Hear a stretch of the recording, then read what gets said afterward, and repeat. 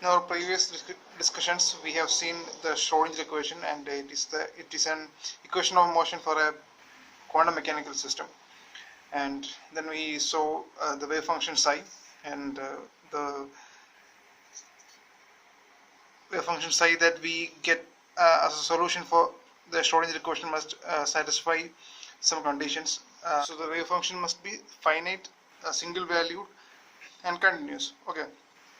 Then now we will try to understand the emergence of quantum numbers, and we have also discussed the emergence of quantum numbers from the wave function. So we have stated that the limitations on wave function will lead to the emergence of quantum numbers, and the selection rules that we see in different electronic transitions or energy level transitions that we see in atomic spectra. So here we have the here we will discuss the hydrogen atom case, and here we have the hydrogen atom and the Schrodinger equation for that hydrogen atom. So this is the Schrodinger equation in Cartesian form.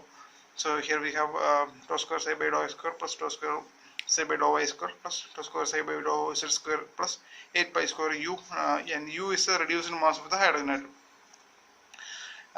divided by h square. E minus v psi is equal to 0. E is the total energy, v is the potential energy, and we can also state that the mod psi square, okay,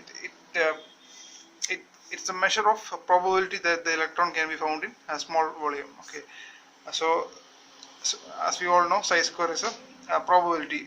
It shows the probability of that wave function to be occurred in or to be present in some volume. Okay, and now we need the potential energy here. So we have a central proton. Here we have the hydrogen atom and a central proton, and at a distance r, at a radius r, we have an electron. So the potential energy will be given by V is equal to charge, product of charge divided by distance between two. Okay, so potential energy V is equal to minus E square divided by R. Now we will transform this Cartesian coordinate Schrodinger equation into spherical polar coordinates, and for that we have this graph, this diagram, and here we have the radius r and its projection, the angle it makes with the x-axis for the projection on xy plane is given by phi, and the angle r made with the angle that r makes with the z-axis is given by theta. And we have the following relations: r square will be given by r x square plus y square plus z square, and so we can replace x, y, and z in Cartesian coordinate as r x as r sin theta cos phi, y as r sin theta sin phi, and z as r cos theta.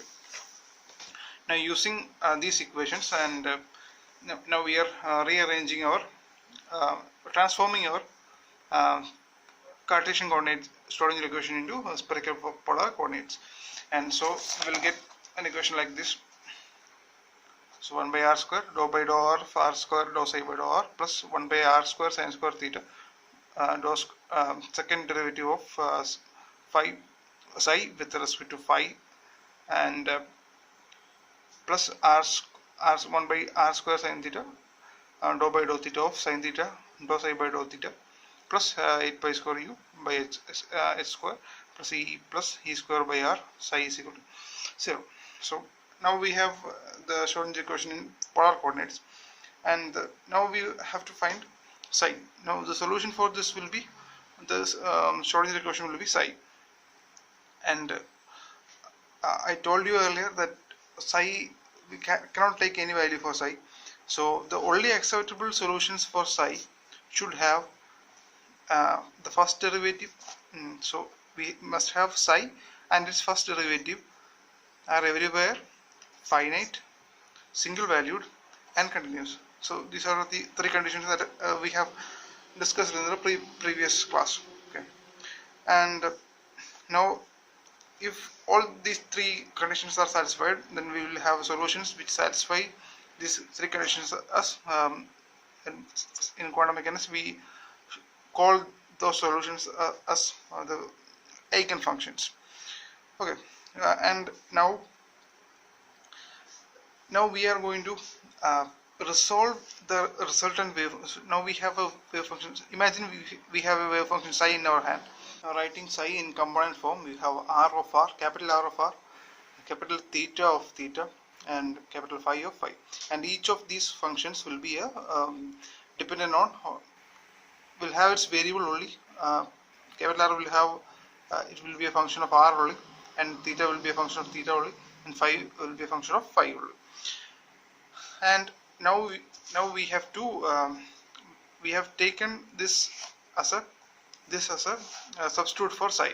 Now we will take the derivatives that are required in the equation, in our Schrodinger equation, and substituting this r theta phi instead of psi, and we will take the derivatives, replacing this psi with r theta phi, and we will take the derivatives and substitute back into our Schrodinger equation in polar coordinates.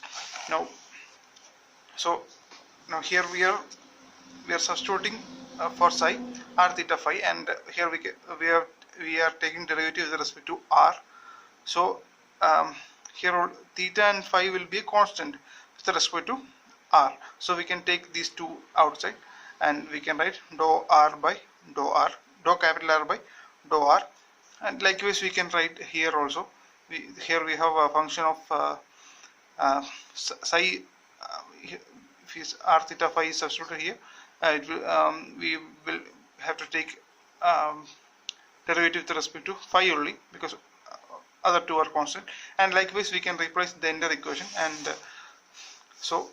and doing that we can get an equation of this form: 1 by r square dou by dou r square theta phi, capital theta phi, dou capital R divided by dou r, plus 1 by r square sin square.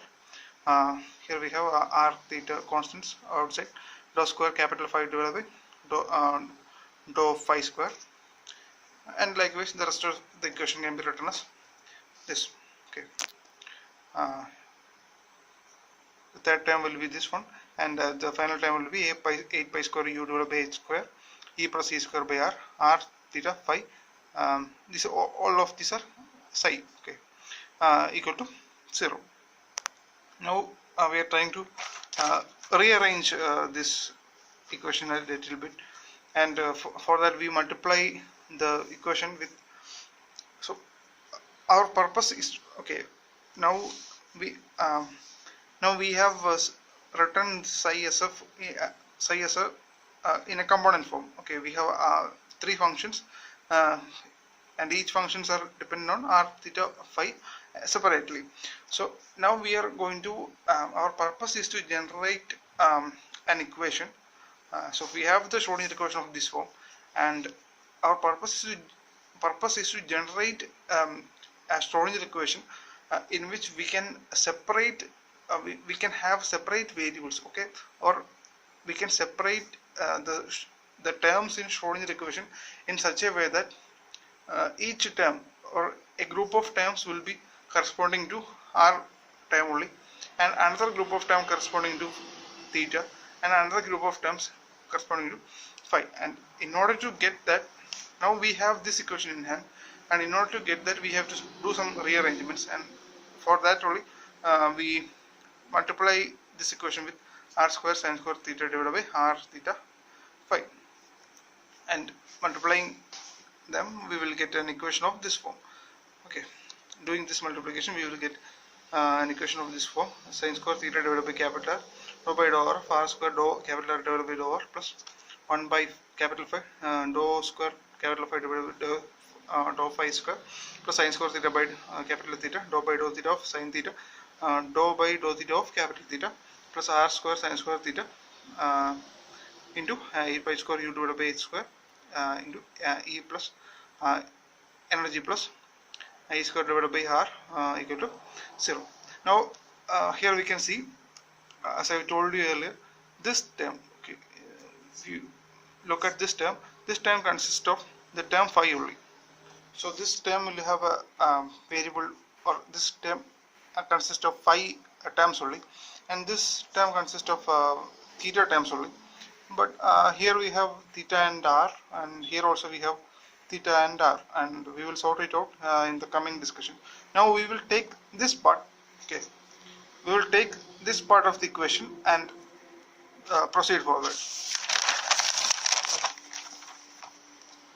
Now it is possible to separate three differential equations for r, theta and phi. Okay, we have three components in our wave function, so for each variable or for each component wave function we can have a differential equation. So we are taking phi in the first case, and the differential equation involving phi only can be written as the previous term, or in the previous page we have seen 1 by phi into dou square capital Phi divided by dou phi square equal to, it can be equated to a constant, and I am taking that constant as minus m square. I will come back to this m square later, and now I am substituting, I am taking d is equal to dou by dou phi, and so I can take this, rewrite this equation as d square capital Phi is equal to minus m square, taking m phi out to the other side, we have m minus m square phi. Now I can rewrite it as d square plus m square capital Phi is equal to 0, and on factorizing, okay, on factorizing this equation I can write it as d plus im into d minus im of phi is equal to 0. So this, we have an equation of this form, and I'm taking its solution, general solution of the form phi is equal to a e raised to im phi plus b e raised to im phi. So this is now phi is a component in wave function. So phi is a component in psi, and psi is a wave function, and phi must also be a wave function. So I can write the general solution as a raised to im phi plus b e raised to minus im phi. Now the above, now I am taking b equal to 0 to get a particular solution. I am taking b equal to 0, and I am writing phi is equal to a e raised to im phi, and expanding e raised to im phi, I can write a cos m phi plus I sin m phi. Now I need to find out a, and in order to find out a, as we all know in the quantum mechanics discussions, you might have seen, in order to find that constant a, we are first normalizing phi, and in order to normalize phi we have this equation. So after on normalization we have in quantum mechanics integral psi star psi is equal to 1, and doing this same process here we have phi into phi star d phi is equal to 1. Okay, now we need to find out, we have phi in our hand, and we have phi star will be given by a raised to its conjugate, a raised to I m phi will be a cos m phi minus I sin m phi, and we replace phi and phi star in this equation in order to find out a. Okay, so now we are replacing phi and phi star. Okay, in this equation we replace phi and phi star. So both phi and phi star have a in them, so I take it as a square outside, and this term will be cos m phi plus I sin m phi into cos m phi minus I sin m phi d phi is equal to 0, and multiplying we will get the second and third term can be cancelled since both are same, and cos square m phi plus sin square m phi will be equal to 1. So I can write a square integral 0 to 2 pi d phi is equal to 1. So now integrating and applying limits, I have a square 2 pi equal to 1. So I can write a is equal to 1 by root 2 pi. So I have found out the value of that constant a.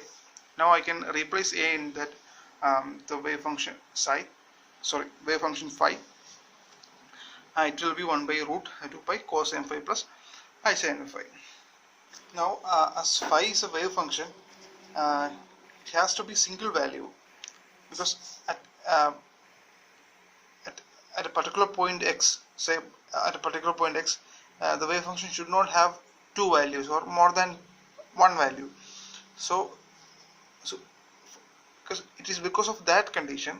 So I have told you in the previous class, the wave function psi must be single value, continuous and finite. So here we are applying the single valued, the wave function phi must be single valued, and we are applying this condition here. So it is because of this condition that the phi must be single value. We must have the value of m.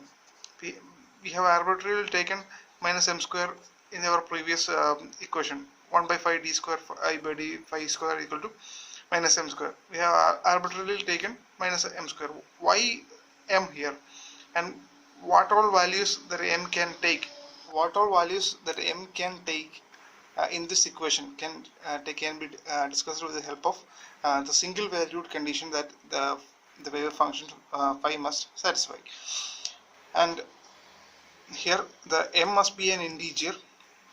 Okay, here m must be an integer, and why not any other value? Because if m is not an integer, and the wave function must repeat itself after 2 pi. So if it is not an integer, the increase in phi by 2 pi would not give the same value of phi. So if you are increasing, if I am adding a 2 pi with the angle phi, and I will not be able to get the phi as the same value, because if you have a fractional value for m here, it will not repeat the same phi after 2 pi. Okay, after adding 2 pi. So that fails the single valued condition. So in order to satisfy this single valued condition, I must have a integer m, and if that is an integer m, if you are adding 2 pi, it will not harm our wave function phi from having a single valued value or okay.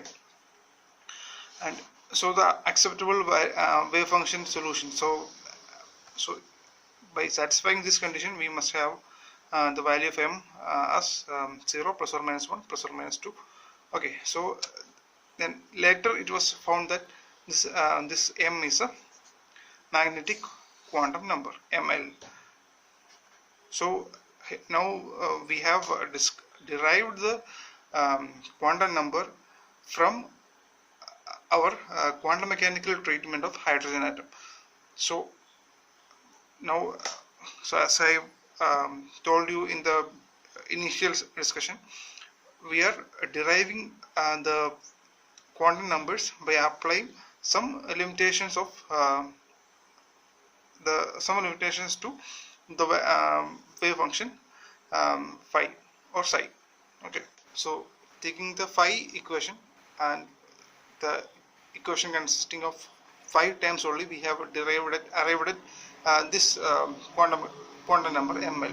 Now we have two more variables, and that are r and theta. So now the solution for r of r and theta of theta equation can be obtained by, so in the previous equation,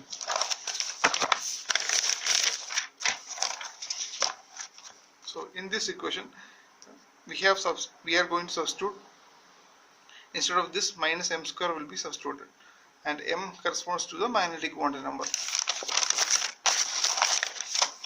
And substituting minus m square for this term, we will get we can rewrite that previous equation as this form. Okay, we have only replaced the 1 by 5 dou square phi by dou phi square term as minus m square.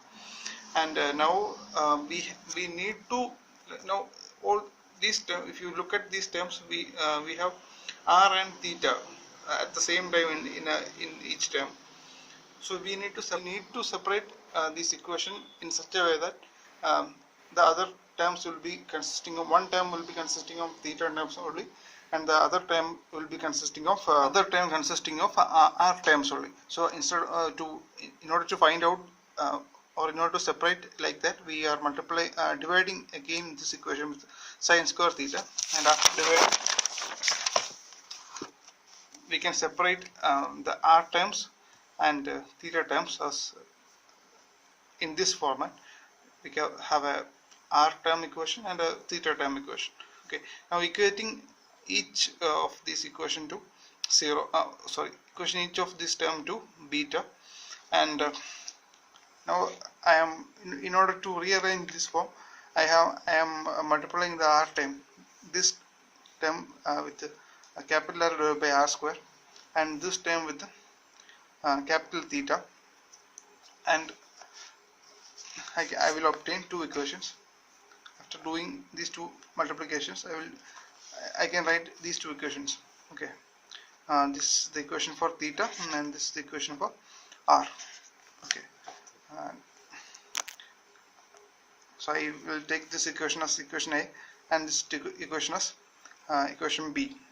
Okay, so like our previous discussion for phi, we must solve this equation in order to find the allowed theta values, and then we will apply the conditions that we had, single valued, or the finiteness, or the continuous property of the wave function, and we will obtain some and applying those limitations, we will arrive at the quantum number like we had followed in the phi terms. Now we are not going to solve both these equations. We will just find we'll just write the solutions. So from this equation A, we can find out these conclusions. So beta will be equal to L into L plus 1, and L can take, so these are the conclusions that we obtain from after solving this equation. Okay. We are not solving it in detail, so we are just discussing the conclusions from A. And L can take values from 0, 1, 2, 3, etc. And letter L was discovered to be the azimuthal quantum number. And from the B, the R equation, or the B equation number B, I am taking this equation as equation B, and again also solving this, I can find a equation of the form E is equal to minus mu 0 square e raised to 4 c raised to 4 mu divided by 8 h square n square. And so since Rydberg constant is given by mass of electron Coulomb constant square e raised to 4 divided by 4 pi h cross cube into c, and substituting this one in here, I can write minus hc Rydberg constant divided by n square, and mu is the reduced mass, is the Rydberg constant, and mu 0 is the magnetic permeability of vacuum. And again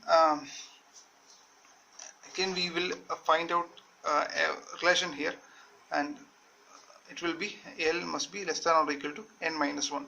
So later n was found to be the principal quantum number n. So n can take values from 1, 2, 3, etc.